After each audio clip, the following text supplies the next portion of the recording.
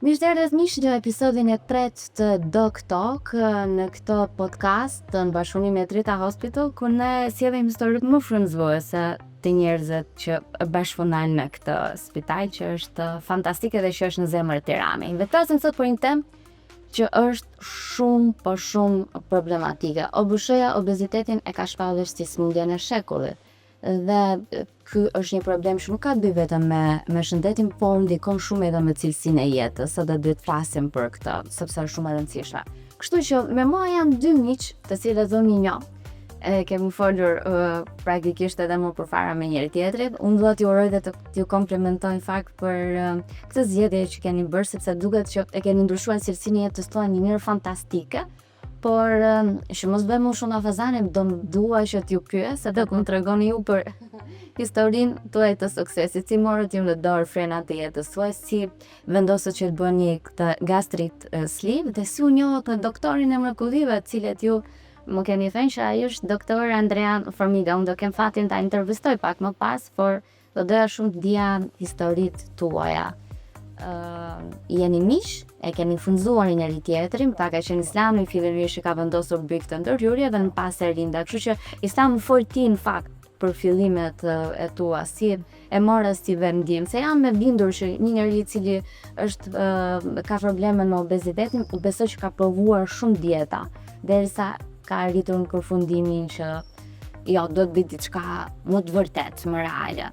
Po, absolutisht. Normalisht pesha ime arriti aty ku nuk ishte në kuptim. Dhe fatmirësisht familjarët mi kishin bënë me Drita Hospital për ndërhyrje dhe vizita dhe më këshilluan që të bëja një konsultë fillimisht. Dhe impakti i parë, thënë të drejtën, ishte shumë pozitiv, patëm një komunikim shumë të mirë, konsulta të sakta dhe shumë pozitive, të cilët më dhanë pastaj vendosmërinë që të kryej ndërhyrjen. Erin? Edhe unë të njëjtën gjë, njihem me Islamin për vitesh, kemi qenë dhe kolegë pune, dhe duke parë ecurinë e Islamit, vendosa dhe unë të ndjek rrugën e Islamit, sepse edhe unë pata një problem shumë të madh me peshën, edhe pesha ime arriti limitin e vet. Kur më thua limiti, çfarë nuk kuptojnë? Pra, sa kilogram ishit ju të dy? Fillimisht, përpara se Fillimisht domon pesha ime që isha më e madhe, unë arrita 180 kg. 180 kilogram. Wow. Për pa të keqen. Dhe normalisht kjo është një peshë që të pamundson shumë gjëra, të pengon gjithçka. Por kryesorja probleme shëndetësore. Aty nisën shumë probleme. Çfarë moshë keni, nëse mund të pyes? Unë 33. Okej, dhe që Unë 37.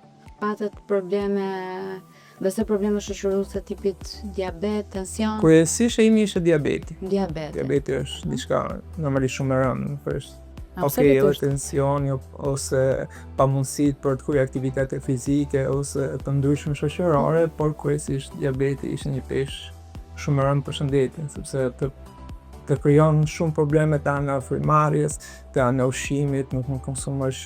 Këtë gjë më patën edhe Rinda, që kisha shumë probleme me ecje, nuk ecja dot, nuk... Pesha ime arriti limitin deri në 163 kg dhe më pengonte në shumë gjëra.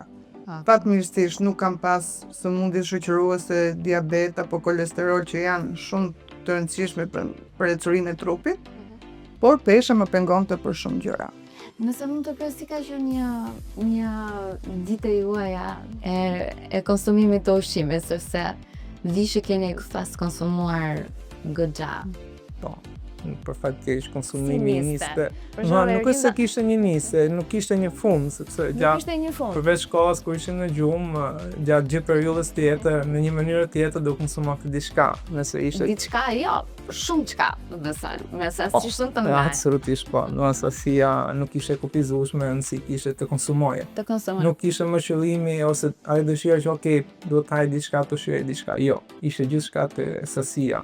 Të ushqesh për të marrë një sasi të konsiderueshme ushqimi edhe komplet të pavlerë, si nga pijet energjetike, pijet me gaz, pastaj ushqimet e ngjyrshme, fast food. Po, absolutisht. Fast food, çdo lloj ushqimi, edhe ushqimin e shëndetshëm, por në momentin që ti konsumon të gjitha njëkohësisht, është komplet e pavlerë pastaj edhe. Edhe besoj ushqimi pa orar. Po. Patjetër, unë Unë personalisht kam abuzuar shumë me ushqimin, domethënë nuk njihe limite. Nëse dikush i dhe një limit një vakti, unë domethënë nuk e kisha limitin e vaktit. Duke filluar që në mëngjes edhe deri para gjumit, domethënë dita ime ishte gjithkohon vetëm konsumim. Vetëm ushqim. Po. Konsumim të ushqimit, ushqimet e shpejta, pijet me gaz, pijet energjike, domethënë ëmbëlsira. Ëmbëlsira. Zinë një vend shumë, zinë një vend shumë po. Okej. Tani si është ajo? Si është dieta juaj? Ka ndryshuar 100%. Pra, më tregon pak. Jo, tani realisht arrim të kuptojmë çfarë kemi bërë gjerdje, domethënë çfarë kemi kuptova. konsumuar. Gabimet. Absolutisht. Gjithçka tani, unë jam në fazën që mund të ushqem me gjithçka. Nuk kam fatmirësisht me asnjë lloj problemi, si nga ana shëndetësore, si nga ana diabetit, nga gjithë kontrollet, analizat, nuk shfaqet në asnjë lloj problem. Kjo ishte gjëra kryesore, hiq pjesën, pastaj shumë limite tjera, por pjesa e sëmundjeve shoqëruese që fatmirësisht pas një vit të gjysmë, unë nuk kam asgjë mbi me to. Dhe kjo pjesa të ushqyerave të ndeshme, tani ti ushqehesh për shijuar ushqimin. Tani po, mund ta shijoj sepse merr ushqimet që dua, nuk kemi më të fiksuar te sasia apo ushqimet e shpejta, të dëmshme. Tani po, unë haj ato që dëshiroj dhe që trupi tim i bën mirë. Si ishte rikuperimi juaj njëherë pas ndërhyrjes, nëse mund të më tregoni? Rikuperuat shumë shpejt, patët probleme? Unë absolutisht, domethënë është vërtet e pabesueshme, por kam qenë shumë e thatë. Okej. Ndërhyrja ka qenë shumë e thjeshtë për mua, rikuperimi akoma dhe më i shpejt dhe shumë e thjeshtë. Super.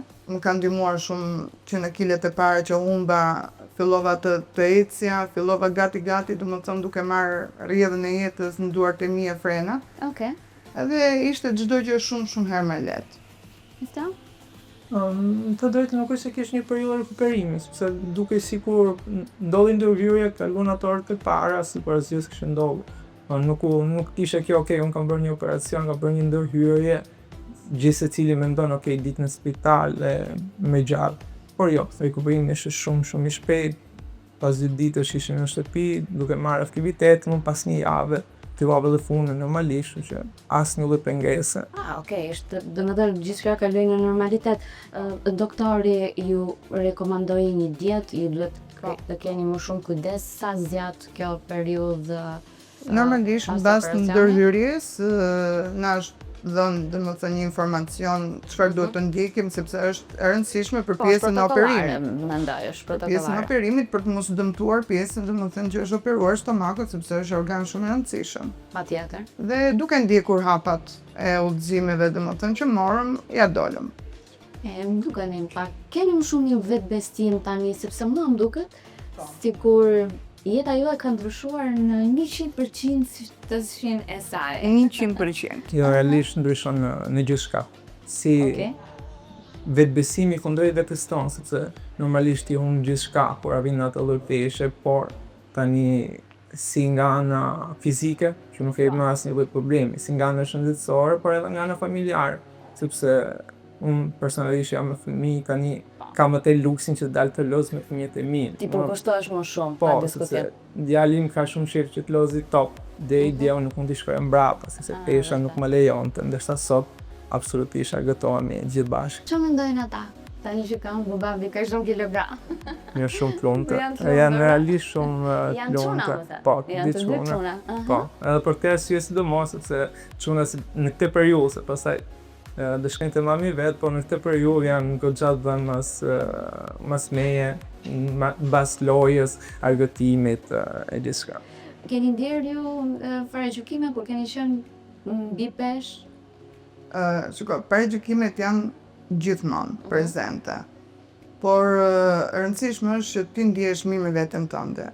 Ka akoma njerëz që nuk arrin ta besojnë ose vënë në dyshim për shembull lecërinë tonë, sepse normalisht gjithmonë njerëzit lënë një pikë dyshimi. Por e rëndësishme është që ne themi realitetin atyre që ne kemi kaluar vetë.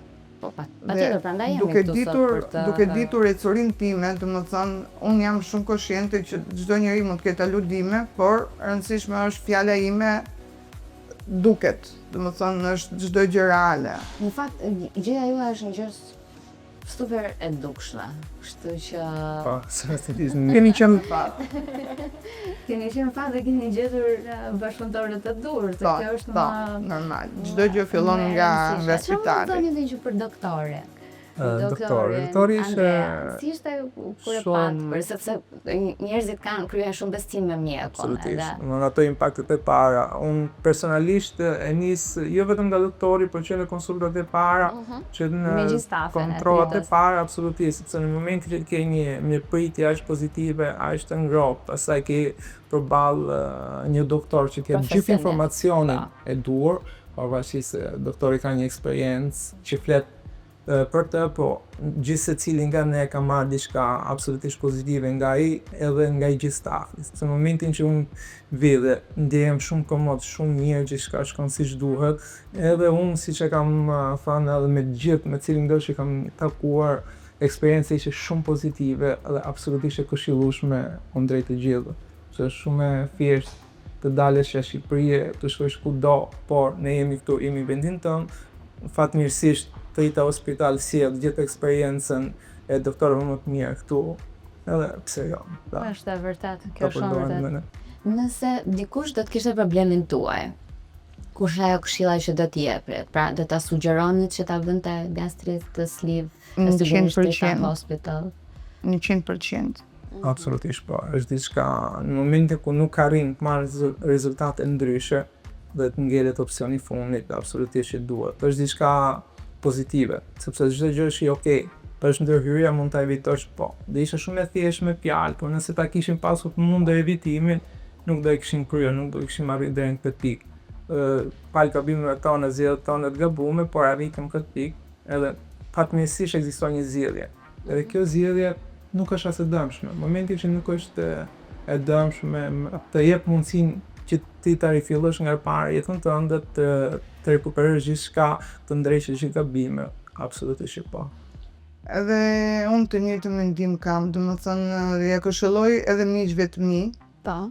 sepse duke parë vetë vetja ime gabimet që unë kam bërë, justifikimet që kanë nxjerrë gjithmonë se më këshillonin një dietë ose më këshillonin palestën, do ta filloj nesër, do ta filloj pas nesër, edhe se kam ulit çik ushqimin, ja, domethënë Dietat nuk patën fare rezultate tek ju?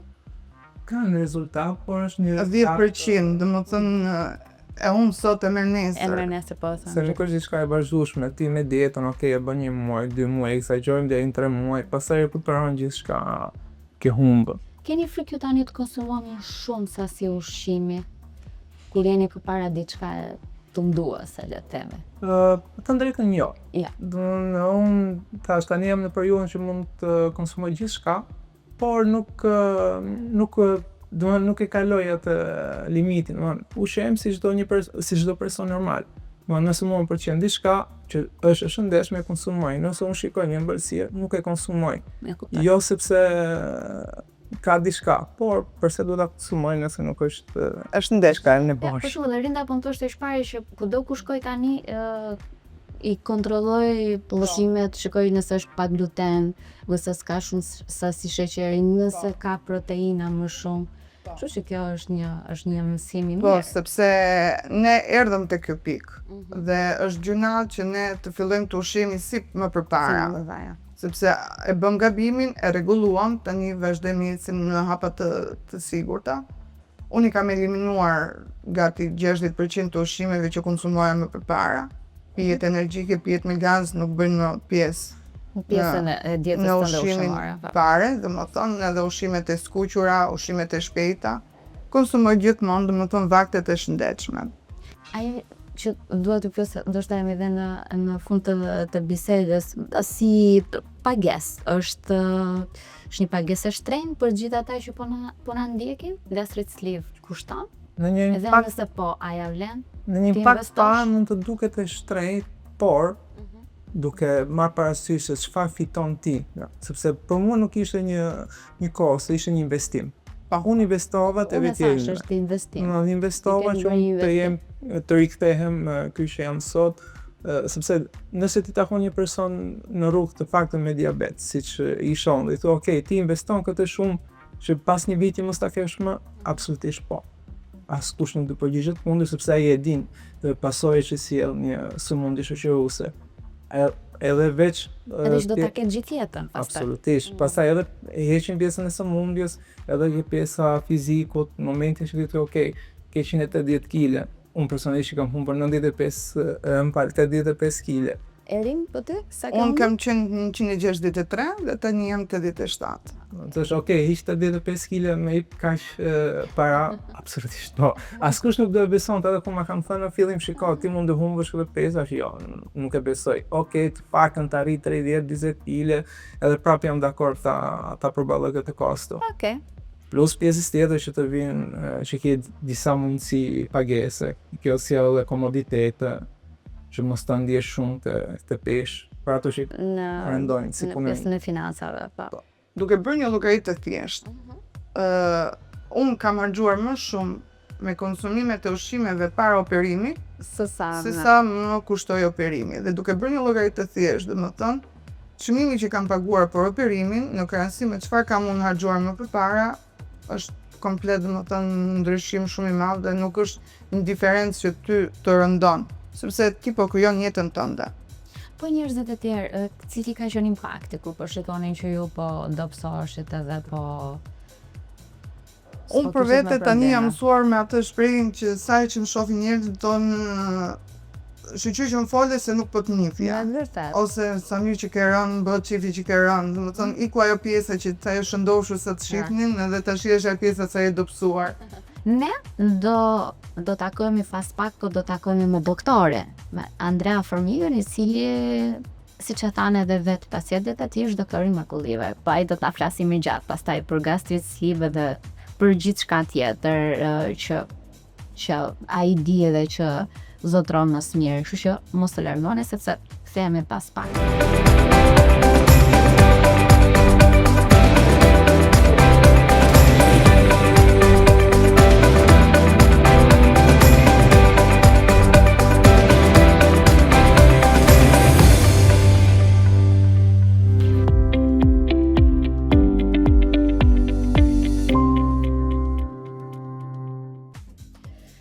Ai është njeriu që e kanë cilësuar në fakt si doktori i mrekullive, sepse është profesionist, është nga njerëzit i cili rezulton me shumë raste suksesi në karrierën e tij. Bëhet fjalë për Andrea Formigën, i cili është kirurg bariatrik në Trita Hospital, por gjithashtu është edhe drejtori i qendrës ndërdisciplinore bariatrike në Milano.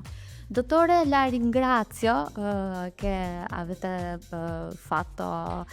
avete trovato un po' di tempo per questa breve intervista, ma io voglio conoscerti più. Chi è dottor Andrea Formiga? Io so che adesso tutti abbiamo internet e possiamo fare un search, ma voglio che mi dica tu un breve cosa della tua carriera. Sì. Io ho 54 anni tra qualche giorno. Ok, tra qualche giorno. Ok. E praticamente... È Sagittario? Sagittario. Anch'io. Prima Sono Sagittario. Che sono 20. Ok. Un bel segno. È un bel segno, sì. E niente, praticamente il mio lavoro è occuparmi appunto di peso, aiutare le persone a perdere peso. Ormai faccio questo lavoro da quasi 30 anni e quindi... Ti piace? Volevi fare un medico quando eri piccolo? Io ho iniziato come chirurgo generale, per cui mi occupavo di tutta la parte addominale, poi la vita ti porta a conoscere delle persone, a fare delle scelte. Oggi giro un po' tutta Europa facendo questi interventi particolari per far perdere peso, in alcuni casi cercando di utilizzare anche delle tecniche innovative, meno invasive, meno rischiose. Ah, ok. D'altra parte l'Italia è un posto che ti piace più? Albania, per esempio. Io vivo a Milano, generalmente sì. Come base sono a Milano, ma poi lavoro anche in Liguria, giro un po' tutta l'Italia, lavoro a Potenza, insomma ci sono vari centri dove opero, lavoro anche all'estero. Sono un consulente di una ditta americana importante che mi manda in giro per fare degli insegnamenti su queste tecniche un po' in tutta in Europa. Settimana prossima sarò a Londra, per dirti, a metà dicembre dovrò andare in Polonia, quindi ci sono vari viaggi, varie situazioni in cui si richiede la mia presenza come insegnante, tra virgolette.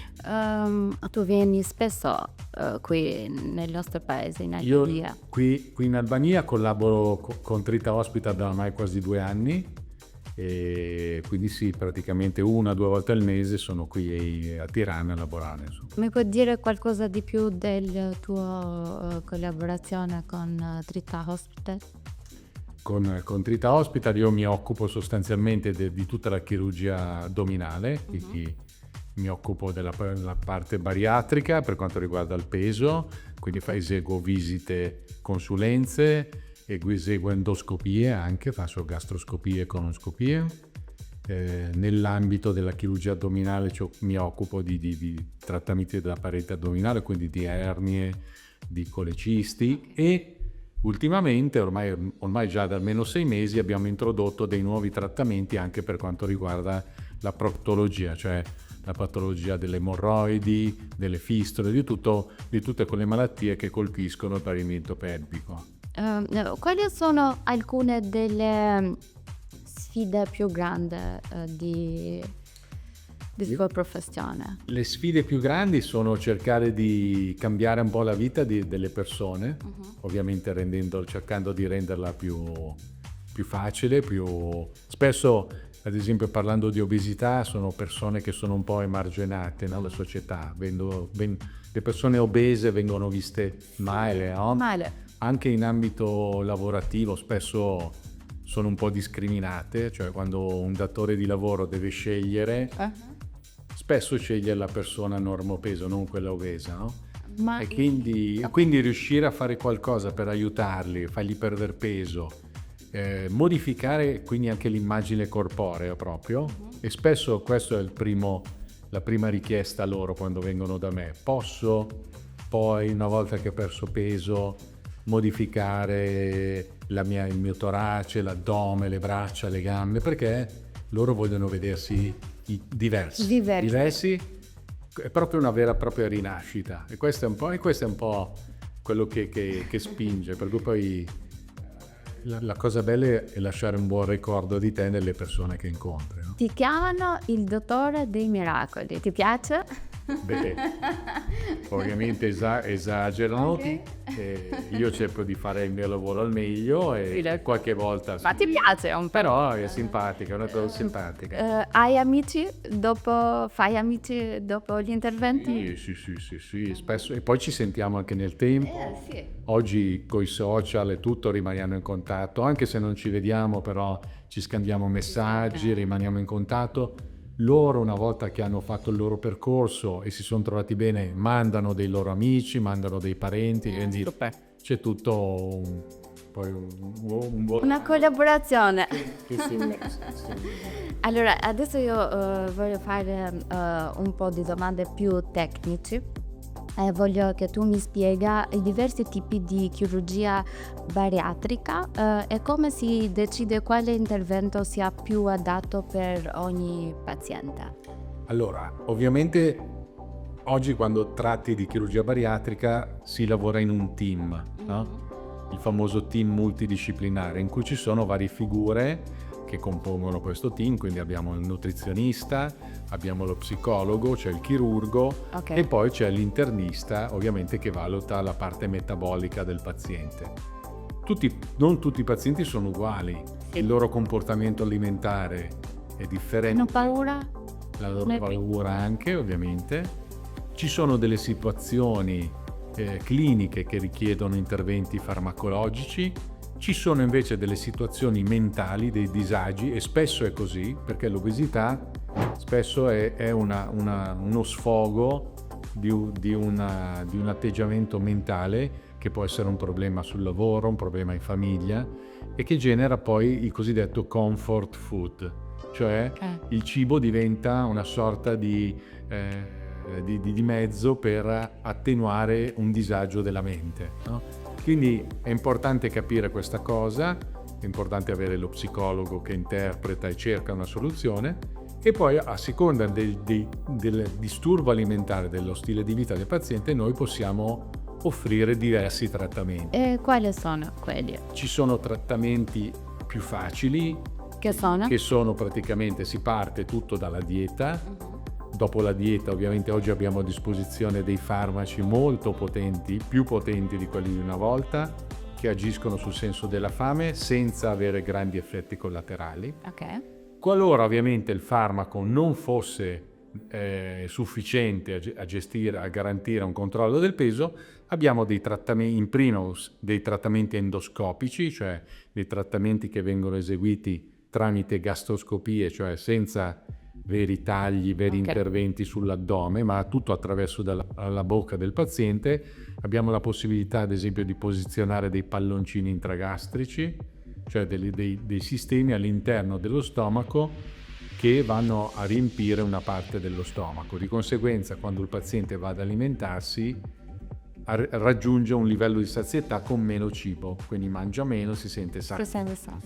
Oppure delle cose molto nuove, innovative, sono delle suture che vengono eseguite sempre dalla bocca, quindi con dei gastroscopi particolari, e che ci consentono di mettere dei punti all'interno dello stomaco, creando un lifting dello stomaco stesso. Che si fa qui in assolutamente Trita sì. Hospital. Trita Hospital è la prima clinica in Albania che propone ai pazienti questi trattamenti, che sono comunque dei trattamenti nuovi un po' in tutto il mondo. Ok. E comunque ancora una volta possiamo stringere il sacco gastrico senza tagliarlo, senza sportarlo, senza avere i rischi ovviamente della chirurgia, e dando un effetto ancora una volta di sazietà ai pazienti che subiscono questa cosa. Oppure quando abbiamo pazienti molto molto grandi, molto molto obesi, la chirurgia ovviamente è ancora presente. Nel mondo e anche in Albania la prima chirurgia bariatrica è rappresentata dalla sleeve gastrectomy. E cos'è questo? Perché tutti la vogliono. La sleeve gastrectomy o la gastroplastica verticale, anche chiamata, è un intervento laparoscopico, quindi il paziente dorme in anestesia generale. Noi effettuiamo 4-5 piccoli buchetti sull'addome e attraverso questi accessi abbiamo degli strumenti che ci consentono di tubulizzare lo stomaco, cioè lo stomaco viene tagliato, diventa una forma di banana lunga e stretta, e quindi l'altra parte ovviamente viene asportata, tutto attraverso questi buchetti, e quindi questo nuovo stomaco così formato, una volta che il paziente va ad alimentarsi, genererà ancora una volta un senso di sazietà con meno cibo, e quindi il paziente mangerà meno, si sentirà sazio, avrà meno fame. Questo lo porterà a perdere 50, 60, 70 kg. Quanto dura come processo? L'intervento se stesso come tempo di intervento di sala operatoria circa un'ora, un'ora e mezza. Ma il recupero di pazienti? Tutti questi interventi laparoscopici, cioè fatti con i buchini, rispetto agli interventi che si facevano una volta, hanno un recupero molto rapido. Nel giro di una settimana, 10 giorni, si tolgono i punti e dopo 2 settimane il paziente riprende le attività normali, può tornare al lavoro. Può mangiare tanto o no? No, ovviamente quando si fanno questi interventi la dieta è sempre presente, non è che uno fa l'intervento per mangiare. Ok. È importante seguire una dieta, ancora più importante per la parte chirurgica, per evitare che sopraggiungano poi delle complicanze, delle fistole, dei sanguinamenti che possono comparire se uno non segue una dieta corretta. Quali sono i risultati tipici che i pazienti possono aspettarsi dopo l'intervento? Allora, ovviamente c'è una progressione anche nei risultati a seconda che si considerino gli interventi endoscopici o gli interventi chirurgici. Gli interventi endoscopici sono più leggeri, hanno degli effetti in termini di calo di peso più bassi, parliamo di circa un 15-20 kg col palloncino di media come calo ponderale, 20-25 per quanto riguarda le applicature endoscopiche. Spostandoci invece sugli interventi chirurgici, ovviamente essendo pazienti più grandi possono arrivare a perdere anche 50, 60, 70 kg.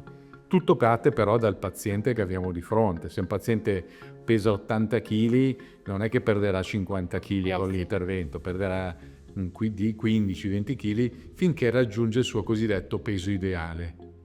Perché noi ci basiamo sulla scelta del trattamento anche sulla caratteristica che noi chiamiamo indici di massa corporea, BMI, che è il rapporto tra il peso e l'altezza al quadrato del paziente. Questo ci definisce se il paziente è normopeso, sovrappeso oppure primo, secondo, terzo grado di obesità. Quali sono le tecniche più innovative che avete utilizzato per la chirurgia bariatrica con Trita Hospital? Appunto, ancora una volta, le procedure endoscopiche sono le tecniche più innovative, quindi le procedure che agiscono senza tagli, senza cicatrici, attraverso la bocca. Ovviamente sono innovative perché ci sono dei materiali nuovi, delle nuove strumentazioni che ci consentono di fare queste cose. Stanno arrivando via ogni mese, ogni anno praticamente sul mercato arrivano delle nuove procedure. Nuove tecniche? Delle nuove tecniche, dei nuovi materiali che ci consentono via via di fare delle cose con meno effetti collaterali, meno rischi per il paziente. Oggi abbiamo a disposizione le applicature, a breve ci saranno dei nuovi sistemi che consentiranno di fare anche dei bypass totalmente endoscopici, cioè andare a escludere parti dell'intestino solo agendo però attraverso la bocca del paziente. Dottore, ti ringrazio tantissimo. So che hai una giornata piena di lavoro e ti ringrazio davvero tanto. Faleminderit edhe ju miq, na ndoqët, ishit me doktorin më të mirë në fakt që ju e gjeni këtu në Trita Hospital dhe do t'ju ftoja që të ndiqni të gjitha ardhjet e tij, sepse edhe në rrjetet sociale të Trita Hospital ju informojnë kur ai është në Tiranë, edhe ju mund vini me njëherë pranë Trita Hospital që të bëni takimet me doktorin më të mirë, ose siç e quajnë pacientët e tij, doktorin mrekullive. Ne do takohemi në episodin e radhës. Deri atëherë, mirupafshim.